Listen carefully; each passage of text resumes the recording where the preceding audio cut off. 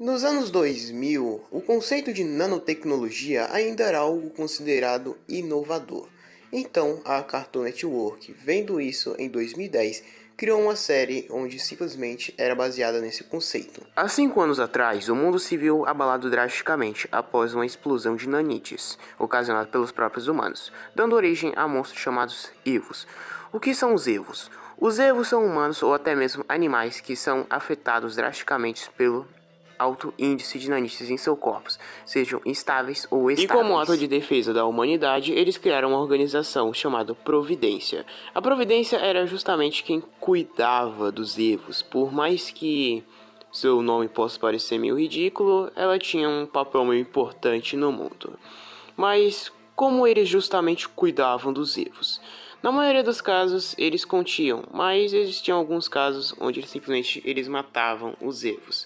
Óbvio que isso era moralmente errado, já que, de qualquer forma, aquilo eram vidas, então eles tinham meio que o direito de poder viver, mesmo que não fosse o mais humano possível.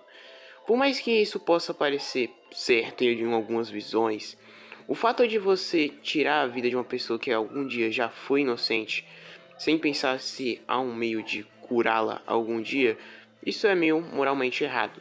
Então, eles, na maioria dos casos, faziam a contenção. Isso durou até um momento onde, em uma das missões do Agente 6, barra mais gostoso, quero dizer, barra mais forte do anime, barra mais genial do anime em quesitos, acabaria conhecendo Rex Salazar em uma das suas transformações de Ômega. No caso, uma das formas mais picas do anime. Só que por ter usado essa forma, Rex acaba perdendo as suas memórias, que é um dos maiores enredos do anime. O fato de você perder as suas memórias e ser literalmente a maior arma da humanidade em si, não me parece ser algo tão fácil. Você claramente vai ser tratado diferente dos outros por ser, mesmo teoricamente, igual, mas é aquilo. Uma coisa que eu não expliquei é que todos, exatamente, tipo, tirando um que eu vou estar falando depois, todos os humanos têm nanites em seus corpos, mesmo que sejam pequenos, até mesmo os normais têm nanites em seus corpos, mas isso normalmente é tratado como algo muito sério no anime. Por exemplo, o preconceito que há contra alguém que é literalmente igual a você é enorme.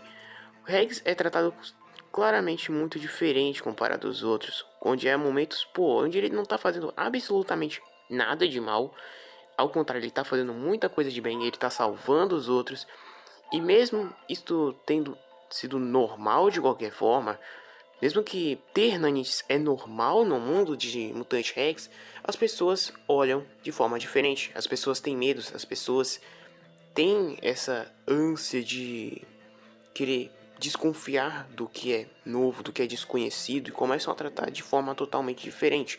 Isso é normal, isso é mostrado ao decorrer das nossas vidas. E para isso, o Rex não tem muito o que fazer. Ele não pode debater, ele não pode falar nada.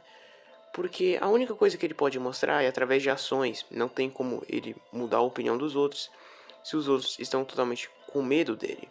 A arma da humanidade é literalmente um garoto de... Eu não me lembro quantos anos o Rex tem, mas se não me engano é 16 anos. Eu acho que é 16, mas... Um adolescente com ter a fonte de maior arma do mundo é algo que assusta as pessoas.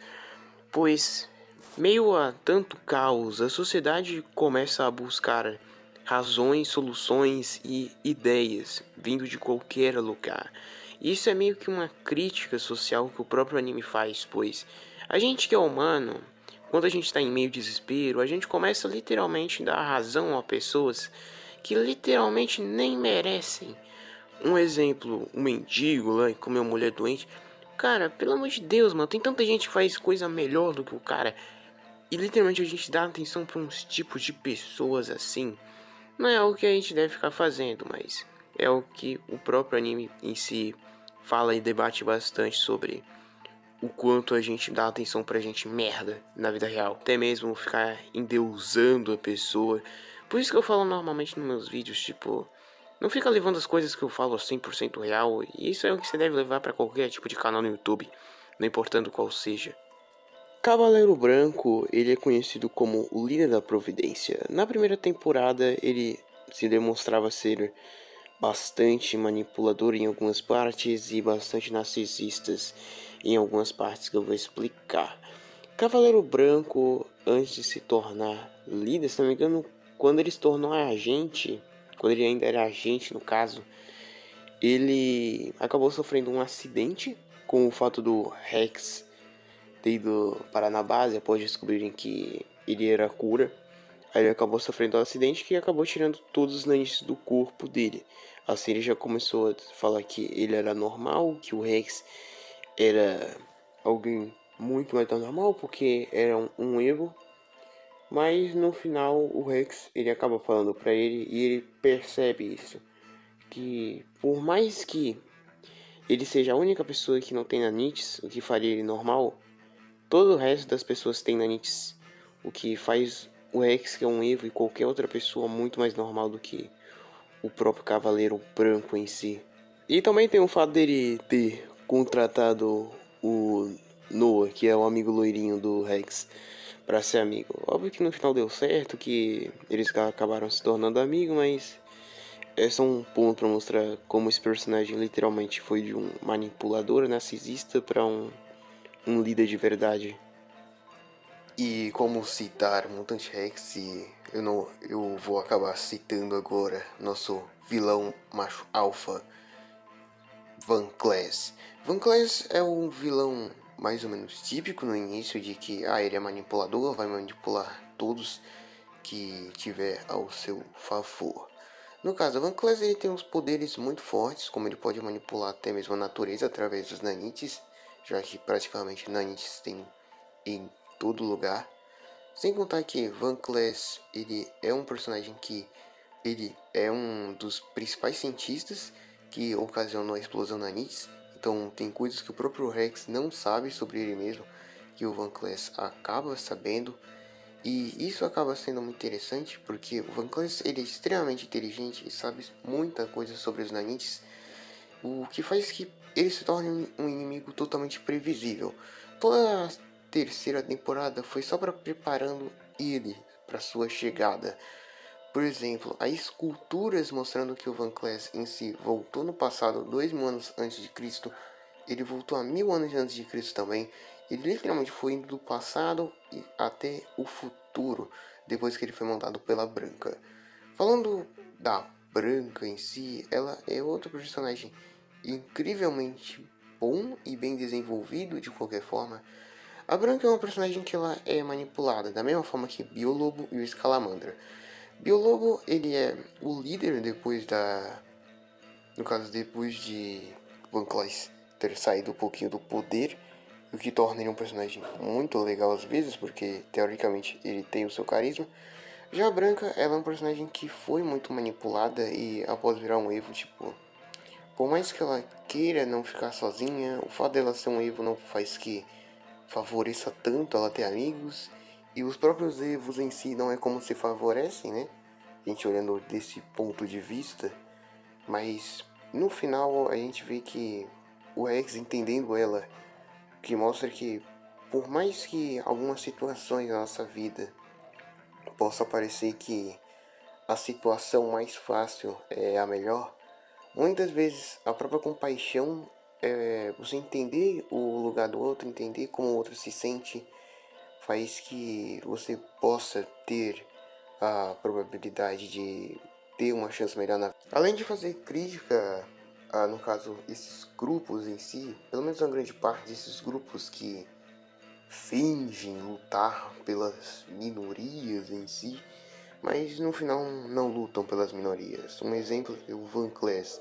Ele finge, não, ele fala às vezes, não, a gente vai tomar poder, os Evos vão poder reinar, vocês vão poder ganhar tal isso, tal isso, tal isso. Até o Biolobo fala, mas o Van Class é um gênio, não use duvidar dele, sendo que na verdade, cara, é só a gente seguindo pelo desespero, seguindo coisa que nem sabe se tem certeza e não lutam pelo que realmente querem.